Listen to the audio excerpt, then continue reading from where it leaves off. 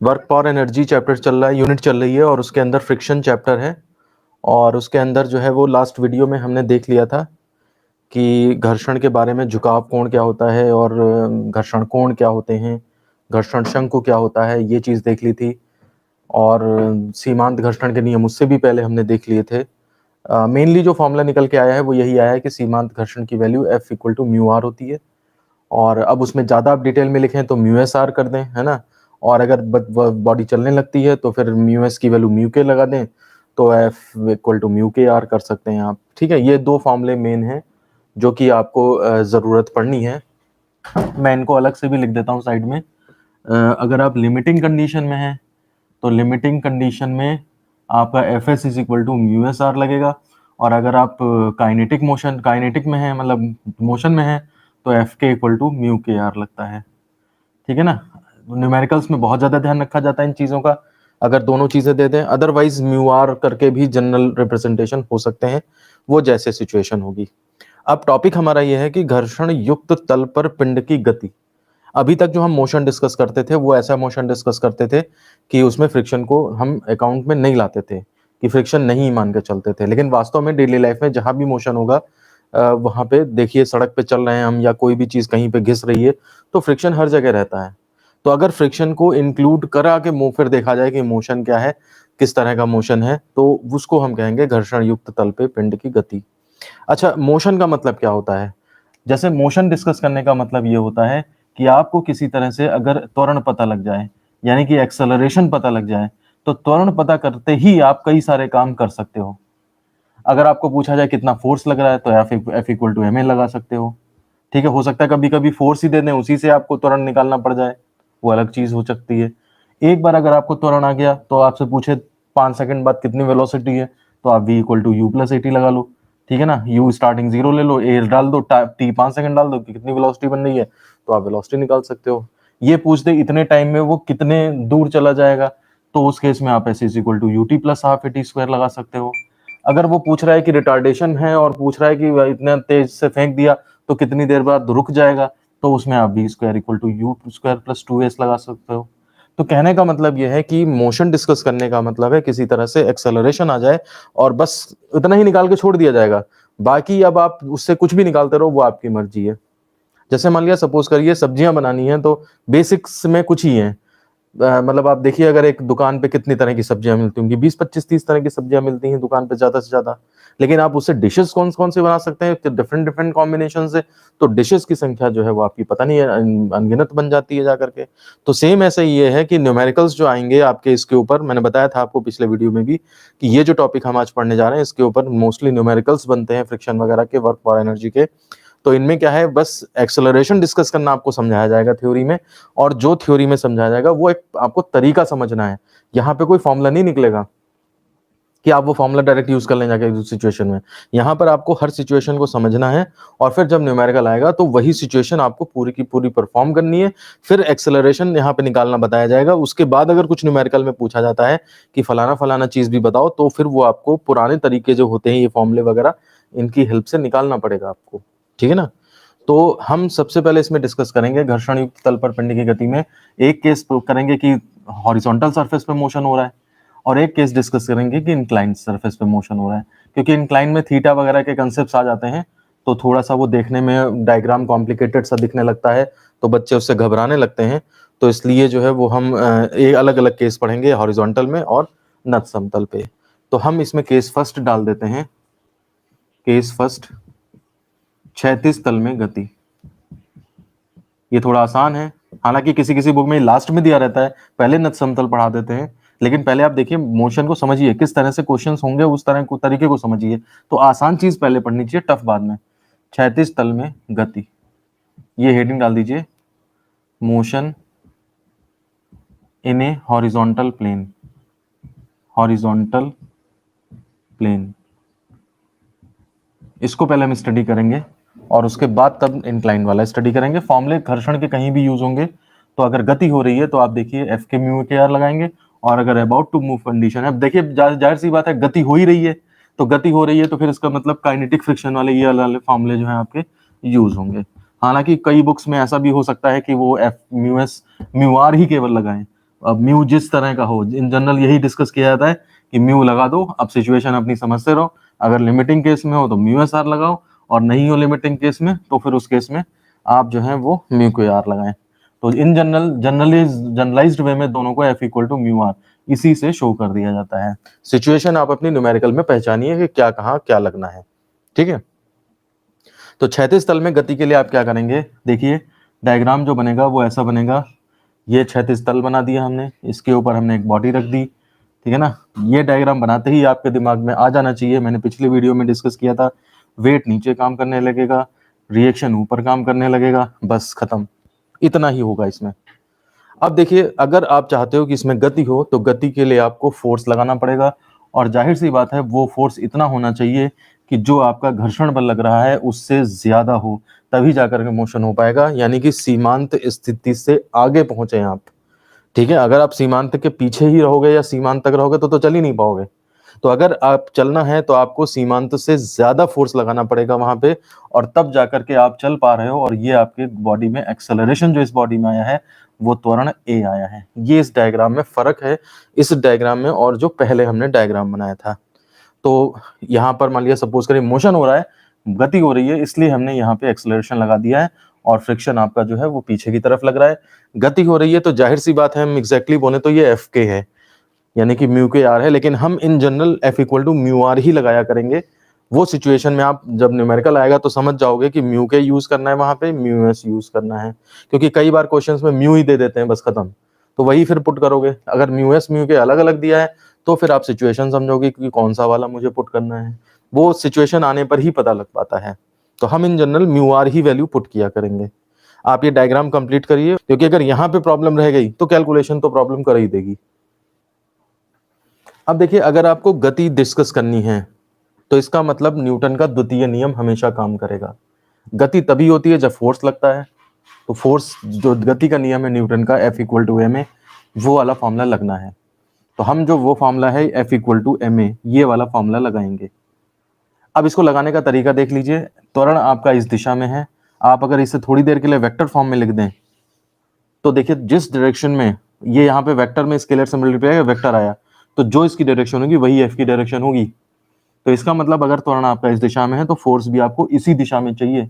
तो इस दिशा में अगर फोर्स चाहिए तो इसका मतलब रिजल्टेंट इस दिशा में चाहिए, तो यानी कि एफ में से स्मॉल एफ सब्ट्रैक्ट करेंगे तो वो एम ए के बराबर होगा।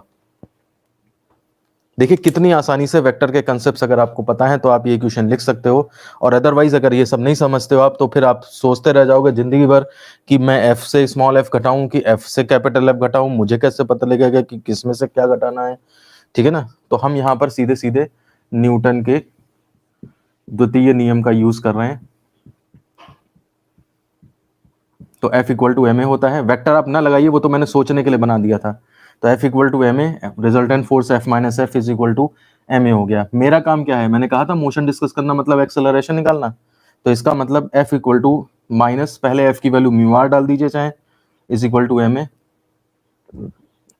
म्यू की आर की वैल्यू क्या कर सकते हैं आप, एम जी पुट कर सकते हैं, तो F minus mu M G is equal to M A, और एक्सलेशन लगाएंगे निकालेंगे तो एम नीचे आ जाएगा बस आपका।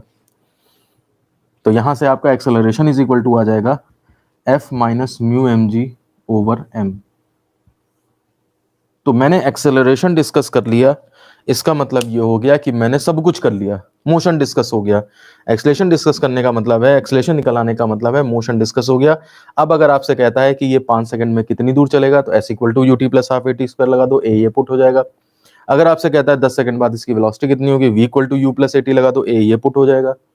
अगर आपसे कहता है कि ये 10वें सेकंड में कितना चलेगा, तो S equal to U plus half A two T minus one, यानी कि टीएथ सेकंड में चलेगी डिस्टेंस, वो लगा दीजिए, वो निकल आएगी चीज। देखिए न्यूमेरिकल हमेशा, जब बच्चे कहते हैं न्यूमेरिकल नहीं लग रहे हैं या टफ लग रहे हैं, न्यूमेरिकल टफ लगने का मतलब है आपने थ्योरी को उस हिसाब से नहीं पढ़ा है जिस हिसाब से पढ़ना चाहिए।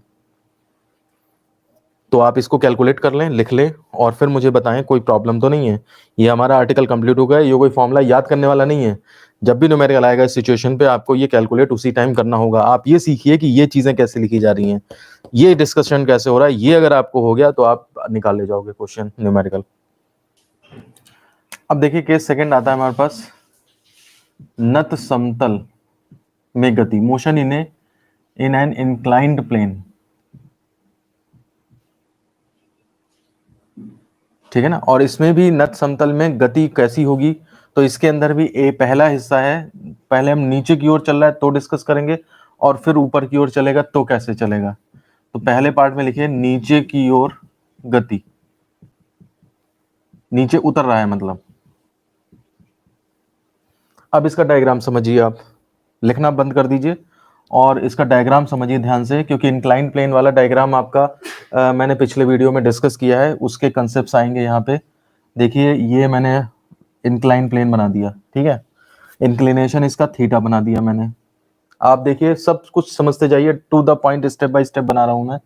इसके ऊपर एक बॉडी रख दी मैंने, ये रख दी। चलिए, बॉडी रखते ही इसका वेट तो वर्टिकली डाउनवर्ड काम करेगा, मैंने बताया था, लेकिन रिएक्शन ये सरफेस के 90 डिग्री पे, यानी कि इस तरह से काम करेगा। फिर मैंने ये भी बताया था कि जब आप इसको इधर मिला देंगे और ये यहाँ ले आएंगे तो थीटा ये जंप करके यहाँ पहुंच जाता है। जो ज्योमेट्री है वो हम पिछले वीडियो में डिस्कस कर चुके हैं, अब आप डायरेक्ट बनाना सीखिए, ठीक है ना। इसका अब mg का कंपोनेंट थीटा डिग्री पे आएगा, कितना, वेक्टर के रूल्स लगाए, mg cos थीटा और इस तरफ mg sin थीटा आया। तो आप ये समझ लीजिए कि इसका मतलब ये mg sin थीटा इसे नीचे की तरफ खींच रहा है, और r जो है आपका mg cos थीटा के बराबर है। अब अगर नीचे की ओर गति है तो इसके अंदर दो सिचुएशन बन सकती हैं। एक तो ये बन सकती है कि ये जो थीटा है आपका, ये थीटा जो है वो जो मैंने झुकाव कोण डिस्कस किया था ना, वो झुकाव कोण से अगर कम है, और एक हो सकता है झुकाव कोण से ज्यादा हो, झुकाव कोण से ज्यादा हो। तो देखिए अगर झुकाव कोण से ज्यादा हुआ तो ये बॉडी mg sin थीटा के अंदर में ही अपने आप चलने लगेगी, अपने आप चलने लगेगी, ठीक है ना, क्योंकि सीमांत घर्षण से ज्यादा वैल्यू हो जाएगी इसकी mg sin थीटा की। लेकिन अगर झुकाव कोण से कम है, मैंने बताया था अभी वो बुक के ऊपर वो बॉक्स, पेंसिल बॉक्स रखा था, वो नहीं खिसक रहा था, तो झुकाव कोण से अगर कम है, मान लिया सपोज करिए वैल्यू, तो उस केस में बॉडी नहीं चलेगी। तो अगर मान लिया न्यूमेरिकल आता है आपके पास और उसमें झुकाव कोण से कम एंगल है, तो फिर वो साथ में एक नीचे फोर्स भी लगवाएगा, मतलब उस बॉडी के ऊपर एक फोर्स और लगाओगे आप एक्स्ट्रा में खींचने के लिए F, और फिर उसके बाद mg sin थीटा ये नीचे लगेगा। तो आपको फोर्स की रिक्वायरमेंट होगी, और इस केस में फोर्स की रिक्वायरमेंट नहीं है, वो mg sin थीटा से ही चलने लगेगा। तो कहने का मतलब है न्यूमेरिकल में अगर फोर्स दिया रह भी सकता है और नहीं भी रह सकता है, हो सकता है वो झुकाव कोण से ज्यादा हो फिर भी वो जबरदस्ती फोर्स दे दे, तो वो दोनों ऐड हो जाएंगे। तो सिचुएशंस हो सकती हैं। हम यहाँ पे फोर्स को नहीं काउंट कर रहे हैं और मान के चल रहे हैं कि झुकाव कोण से ज्यादा है, इसका मतलब वो mg sin थीटा के अंडर में ही नीचे आ रही है। देखिए ये सब डिस्कशन ना भी करूं तब भी आर्टिकल सिंपल हो जाएगा कैलकुलेशन, लेकिन फिर वही है, न्यूमेरिकल में अगर उसने सिचुएशन इधर उधर करी, आपको घुमाना स्टार्ट किया, तो उसी तरह से आप जो है घूमते चले जाओगे और कहोगे तो हमें पता ही नहीं है, तो ये सिचुएशन को कैसे हैंडल करें। तो इसलिए केसेस कैसे कैसे बन सकते हैं वो केसेस में डिस्कस करके बता रहा था। बहरहाल हमारे पास सिंपल केस है कि बॉडी जो है उसका जो सरफेस है उसका इंक्लिनेशन जो है, उसका झुकाव जो है वो झुकाव कोण से ज्यादा है, इसलिए बॉडी इस लायक है कि वो केवल mg sin थीटा के अंडर में नीचे की तरफ चल रही है। और अगर नीचे की तरफ ये चल रही है, यानी कि त्वरण a है इसके पास, इसका मतलब फ्रिक्शन इसके ऊपर जो है वो जिधर मोशन है उसके अपोजिट डायरेक्शन में इधर की तरफ ये फ्रिक्शन लग रहा है, और नीचे की तरफ आ रही है। हमें ये ए निकालना है, कैसे भी मैं करके ए निकाल दूं तो ये नीचे की ओर गति जो है वो डिस्कस हो जाएगी। एक बार त्वरण आ जाएगा तो फिर आपसे वेलोसिटी पूछता है, आपसे डिस्टेंस पूछता है, कितना चला है, क्या चले, कैसे चले, सब निकल आएगा। फिर से बता दूं, जो प्रोसीजर मैं करने जा रहा हूं ये आपको ध्यान रखना है, आपको फॉर्मूला नहीं रटना है इसका कि फाइनल फॉर्मूला क्या आया, आपको केवल प्रोसीजर ध्यान देना है, वही प्रोसीजर करने का तरीका सीखिए और वही आपको न्यूमेरिकल्स में अप्लाई करना है। डायग्राम कंप्लीट हो गया है, डायग्राम को समझिए क्योंकि इसी के बेस पे हम कैलकुलेशन कर पाएंगे। देखिए अच्छा रिपीट कर देता हूं मैं, ये एक इंक्लाइन प्लेन है, इसके ऊपर एक बॉडी रखी, उसका वेट नीचे काम कर रहा है, इसका कंपोनेंट लिया मैंने mg sin theta, mg cos theta, mg cos theta से रिएक्शन बैलेंस हो रहा है और mg sin थीटा से नीचे खींच रहा है। चलने के लिए जरूरी है कि थीटा की वैल्यू इतनी होनी चाहिए कि वो झुकाव कोण से ज्यादा हो। जैसे मान लिया 30 डिग्री पे झुकने चलने की कंडीशन अगर आ जाती है तो 40-45 डिग्री पे होगा तो ये अपने आप नीचे चलने लगेगा। ये नीचे चलेगा तो फ्रिक्शन ऊपर की ओर लगेगा, और फिर उसके बाद जो है वो बॉडी में एक्सेलरेशन, मान लिया सपोज स्मॉल a जनरेट हो रहा है। तो हम नत समतल के अनुदिश नीचे की ओर न्यूटन का द्वितीय नियम लगा देते हैं। देखिए नत समतल के अनुदिश नीचे की ओर न्यूटन के द्वितीय नियम से, तो इसमें न्यूटन का द्वितीय नियम लगा दें तो देखिए क्या होगा, F इक्वल टू ma। अब देखिए नीचे को रिजल्टेंट फोर्स कितना है, तो रिजल्टेंट फोर्स निकालने के लिए mg sin theta minus f होगा। जिस डायरेक्शन में रिजल्टेंट फोर्स चाहिए होता है उसमें से दूसरी साइड वाला फोर्स सब्ट्रैक्ट कर दिया जाता है। ये आपका जो है वो इस फोर्स की वैल्यू हुई जा करके is equal to m into A. अब देखिए a निकालना है, m नीचे आ जाएगा, बस इसमें f की वैल्यू थोड़ा सा म्यू आर रख दीजिए, तो mg sine theta minus f की वैल्यू हो जाएगी कितनी, mu R is equal to M A. Mu की वैल्यू mg कॉस, आर की वैल्यू mg कॉस थीटा, तो mg sine theta minus mu mg cos theta is equal to M A. m देखिए common लेके सब जगह से cut जाएगा, ये हो जाएगा g कॉमन हो जाएगा, sine theta minus mu cos theta is equal to A. बस यही आप कर दीजिए, ए की वैल्यू यही आ जाएगी, तो ये आपका हो जाएगा। आ रहा है फ्रेम में, नहीं आ रहा है, मैं इसको फिर नीचे यहाँ लिख देता हूँ, तो ए इक्वल टू हो जाएगा g bracket sine theta minus mu cos theta. ये आपका फॉर्मूला आ जाता है एक्सेलेरेशन का। एक बार एक्सेलेरेशन आ गया तो आप इससे चाहे आप वेलोसिटी निकालिए, चाहे कितना दूर चला ये निकालिए, या जो कुछ निकालिए। कई बुक्स में हो सकता है साइन थीटा भी कॉमन ले लें तो 1 माइनस और साइन थीटा यहाँ नीचे चला जाएगा, तो इसका मतलब then cos theta upon sine theta, तो ये आपका कॉट थीटा बन सकता है। तो g sine theta 1 minus mu cot theta ऐसे भी कर सकते हैं, या म्यू अपॉन टेन थीटा, जैसे भी करके लिखना चाहें। वैसे सिंपलेस्ट फॉर्म यही है, आपका एक्सेलेरेशन आ गया और आपका मोशन डिस्कस हो गया। कंप्लीट कर लीजिए इसे और मुझे बताइए किसी को कहीं पर कोई प्रॉब्लम है तो। देखिए बी पार्ट पे आते हैं हम, ऊपर की ओर गति। नत समतल पे ये जैसे डायग्राम बना दिया मैंने, और इसमें जो है आपको अब ऊपर की ओर चलना है। फिर से वेट मैं वैसे ही बना देता हूँ, थीटा एंगल ये हो गया, तो इसके कंपोनेंट mg cos थीटा इधर आ गया, mg sin थीटा इधर आ गया, रिएक्शन इधर लग गया। ये सिचुएशन तो केवल पिंड को इंक्लाइंड सरफेस पे रखने पर ही बन जाएगी। अब इसके बाद इसमें हम क्या करेंगे कि अगर आप चाहते हो कि ऊपर चले तो ये अपने आप तो नहीं जाएगा, क्योंकि ये mg sin थीटा तो इसे नीचे खींचने की कोशिश कर रहा है। तो आपको ऊपर इतना फोर्स लगाना पड़ेगा कि mg sin थीटा से कम ज्यादा तो हो, और साथ ही साथ जैसे ही ये ऊपर की तरफ चलना स्टार्ट करेगा विद एक्सेलेरेशन ए, फ्रिक्शन भी अब यहाँ पे उल्टे में लगने लगेगा, स्मॉल एफ। ध्यान दीजिए, पिछले केस में चूंकि नीचे की तरफ गति हो रही थी, फ्रिक्शन ऊपर लग रहा था, इस केस में ऊपर की ओर गति हो रही है तो फ्रिक्शन नीचे की तरफ लगेगा। अब आप इस चीज को समझते हैं तो ठीक, नहीं समझते हैं तो फिर ये आपको कंफ्यूज करता रहेगा, तो इसलिए आप ढंग से समझ लें, गति के हिसाब से फ्रिक्शन अपनी डायरेक्शन बदल रहा है, तो कम से कम इतना फोर्स चाहिए कि वो इन दोनों को ओवरकम करके तब आगे खींच पाए। तो इस केस में अप्लाइड फोर्स जरूर लगाना पड़ेगा। तो माना ऊपर की ओर लगाया गया बल कैपिटल एफ है, इसी वजह से यहां पे मस्ट है, जरूरी है, फोर्स लगेगा ही लगेगा। तो अब ऊपर की ओर नत समतल के अनुदिश ऊपर की ओर न्यूटन का द्वितीय नियम लगा देते हैं। हर जगह देखिए वही चीज काम आ रही है, नत समतल के अनुदिश ऊपर की ओर, और इस डायरेक्शन में न्यूटन के द्वितीय नियम से। तो अगर हम न्यूटन सेकंड लॉ लगाते हैं तो देखिए क्या होता है, F is equal to M A. अब ये F वो नहीं है जो है आपका डायग्राम में बना है, ये जनरल F है, टोटल रिजल्टेंट फोर्स। तो इस डायरेक्शन में एक्सेलेरेशन है, तो इस डायरेक्शन में मुझे फोर्स चाहिए, तो F माइनस दोनों हो जाएंगे, यानी कि F minus mg sine theta minus small f, ये दोनों नेगेटिव और वो उसमें से, और इज इक्वल टू आपका ma। ये इक्वेशन बनेगी। ये f अलग है, आप चाहे तो ऐसे f डैश कर दें, ठीक है ना, क्योंकि ये हमने, या इसे f डैश कर देते तो ये हो जाता, जो भी करना चाहें आप वो कर सकते हैं। ये न्यूटन का सेकंड लॉ लगा के आपकी इक्वेशन बनेगी। इसमें से आपको क्या करना है, इसमें से आपको बस केवल एक्सेलरेशन निकालना है। तो जरा मैं f की वैल्यू पुट कर दूं, तो f माइनस एम जी sine theta minus mu R, R की वैल्यू डायरेक्ट डाल दूं mg cos थीटा, तो mg cos थीटा मैंने ये भी वैल्यू एक ही लाइन में डाल दी, तो ma हो गया। m नहीं कटेगा क्योंकि ये f में m नहीं है, तो इसलिए a इक्वल टू हमारा हो जाएगा f माइनस एम जी sine theta minus mu M G cos theta upon small m। ये फॉर्मूला आता है आपका एक्सलेशन का। एक बार आपका एक्सलेशन मिल जाएगा तो उसके बाद आप चाहे वेलोसिटी निकालो, चाहे डिस्प्लेसमेंट निकालो, कुछ भी निकाल सकते हैं आप।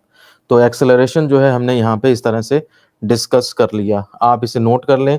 ज़्यादा से ज़्यादा इसमें mg अंदर दो टर्म में कॉमन भी ले सकते थे, लेकिन कोई ज़रूरत नहीं, उससे कोई खास फायदा मिलने वाला है नहीं आपको। तो इसलिए आप ये फॉर्मूला आपका a इक्वल टू आ जाता है, आप इसे नोट कर लें। और न्यूमेरिकल्स में जब आएंगे तो इस तरह से आप इसी प्रोसीजर को एग्जैक्टली फॉलो करेंगे, तब जा करके जो है आपका एक्सलेशन निकल पाएगा। तो इसको नोट कर लीजिए। अब देखिए इसी के अंदर एक और केस बनता है कि अगर आप ऊपर की ओर ले जा रहे हैं और आप एक समान वेग से चलना चाहते हैं, ठीक है ना, ऊपर की ओर गति और वो भी एक समान वेग से अगर होने लगे, इस सिचुएशन को आप अगर बनाना चाहें तो इसी के अंदर आप दोबारा से लिखें, ऊपर की ओर एक गति एक समान वेग से अगर हो रही है तो इसका मतलब एक समान वेग का मतलब v कांस्टेंट, और v कांस्टेंट का मतलब एक्सेलरेशन 0। तो जो ऊपर आपका फॉर्मूला आया है, इस फॉर्मूले में उपरोक्त सूत्र में हम क्या करेंगे, a इक्वल टू 0 डाल देंगे रखने पर। तो देखिए a इक्वल टू 0 रख देंगे तो 0 is equal to f minus और एम जी sine theta minus mu M G cos theta upon m, ये था। तो m तो 0 में चला जाएगा, तो f इज इक्वल टू यहाँ पे आ जाएगा एम जी sine theta plus mu M G cos theta. M G इसमें से कॉमन ले सकते हैं, तो sine theta plus mu cos theta. कहने का मतलब ये है कि अगर आप चाहते हो कि एक समान वेग से अगर ये चले तो इतना फोर्स चाहिए, तो इतना बल लगाने पर पिंड एक समान वेग से चलेगा।